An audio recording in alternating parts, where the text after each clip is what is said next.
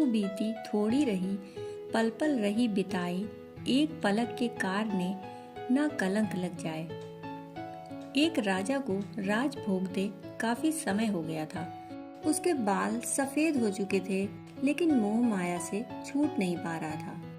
बाल सफेद हो चुके थे, लेकिन राजगद्दी छूट ही नहीं रही थी। एक दिन उसने अपने दरबार में एक भव्य उत्सव रखा और अपने गुरुदेव एवं मित्र देश के राजाओं को भी सादर आमंत्रित किया।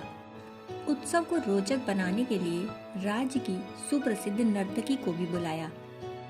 उसने अपने गुरु को भी बुलाया।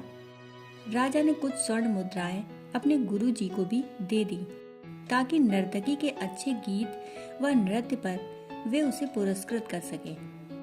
सारी रात नृत्य चलता रहा। ब्रह्म मुहूर्त की बेला आई। नर्तकी ने देखा कि मेरा तबले वाला ऊँघ रहा है। वह झपकियां ले रहा है, जिसके कारण तबले की ताल धीमी हुई जा रही थी और नृत्य भी धीमा पड़ने लगा। उसको जगाने के लिए नर्तकी ने एक दोहा पढ़ा।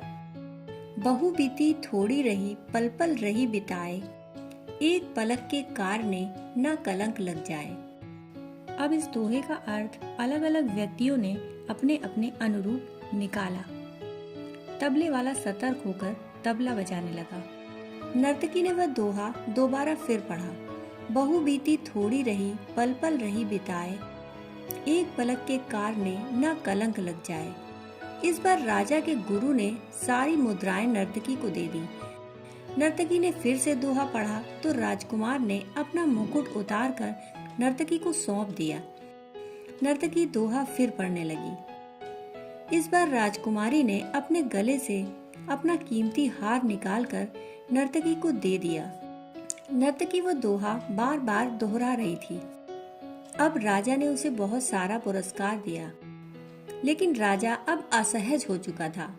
उसने नर्तकी से कहा, बस कर, अब एक मामूली सी नर्तकी क्या सारी सभा को लूट लेगी आज? राजा की यह बात जैसे ही उनके गुरु ने सुनी तो उनके नेत्रों से अश्रु बहने लगे। वह राजा से बोले, राजन, आप इसे मामूली नर्तकी न कहें। अब ये मेरी गुरु है, इसने तो मेरी आंखें खोल दी। सारा जीवन ईश्वर की भक्ति में लीन रहा, वन वन जाकर तपस्या की और अब अंतिम समय में नृत्य में लीन होकर अपनी साधना को नष्ट करने जा रहा था। हे राजन, इसके दोहे ने मुझे बचा लिया। अब राजा का पुत्र बोला, आप मुझे राज्य नहीं दे रहे थे, मैं अपनी सिपाहियों के साथ मिलकर आपकी हत्या करने वाला था। इस दोहे ने मुझे जगा दिया कि आज नहीं तो कल राज्य तो मुझे ही मिलने वाला है। फिर पिता की हत्या का कलंक मैं अपने सर क्यों लूं? राजा की पुत्री भी राजा से बोली, पिताजी, आप मेरा विवाह नहीं कर रहे थे। आज मैं महावत के साथ भागकर अपना जीवन बर्बाद करने वाली थी, पर इसी के दोहे ने मुझे स्मृति दी, आज नहीं तो कल मेरा विवाह हो ही जाएगा। तो क्यों घर से भागकर अपने पिता को कलंकित करती? ये सारी बातें जब राजा ने सुनी तो उसे भी अपनी गलतियों का एहसास हो गया और उसने उसी समय राजकुमार का तिलक करने का निर्णय लिया और अपनी पुत्री को कहा, पुत्री, दरबार में एक से एक राजकुमार आए हुए हैं। तुम अपनी इच्छा से किसी भी राजकुमार के गले में वरमाला डालकर पति रूप में चुन सकती हो। राजकुमारी ने ऐसा ही किया और राजा सब त्याग कर जंगल में गुरु की शरण में चला गया। ये सब होता हुआ नर्तकी देख रही थी। उसके मन पर इतना गहरा असर हुआ कि वह सोचने लगी, मेरे एक दोहे से कितने लोग सद्मार्ग पर चल पड़े। जब सबने सही मार्ग चुन ही लिया है तो मैं भी क्यों पीछे रहूं? उसने उसी समय राज्य नर्तकी होना त्याग कर ईश्वर की भक्ति को अपना मार्ग बना लिया और कहा कि हे प्रभु, मेरे पापों से मुझे क्षमा करना। बस आज से मैं सिर्फ तेरा नाम सुमिरन करूंगी। कभी कभी हम जीवन में बहुत कठिन रास्तों से गुजरते हैं।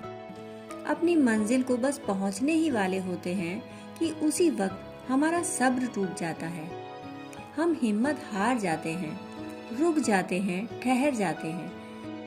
कहते हैं ना कि कश्तियाँ हमेशा किनारों पर ही डूबा करती हैं। यह बात बिल्कुल सच है कि मंजिलों पर पहुंचने से ठीक पहले ही सब्र टूट जाया करते हैं। इसलिए जब भी ऐसा लगे कि हम अधीर हो गए हैं, धैर्य खत्म होने लगा है, तो बार बार इस दोहे को दोहराएं। बहु बीती थोड़ी रही, पल पल रही बिताए, एक फलक के कारणे कलंक न लग जाए। फिर देखना हमारे अंदर आगे बढ़ने की हिम्मत आ जाएगी, सब्र आ जाएगा, अधीरता खत्म हो जाएगी। इस एक दोहे की 2 लाइनों से भी हृदय परिवर्तन हो सकता है। बस केवल थोड़ा धैर्य रखकर चिंतन करने की आवश्यकता है। दोस्तों, धैर्य रखना उन गुणों में से एक है जो परमात्मा को सबसे ज्यादा पसंद है। दोस्तों, कहानी सुनने के लिए आपका बहुत बहुत आभार।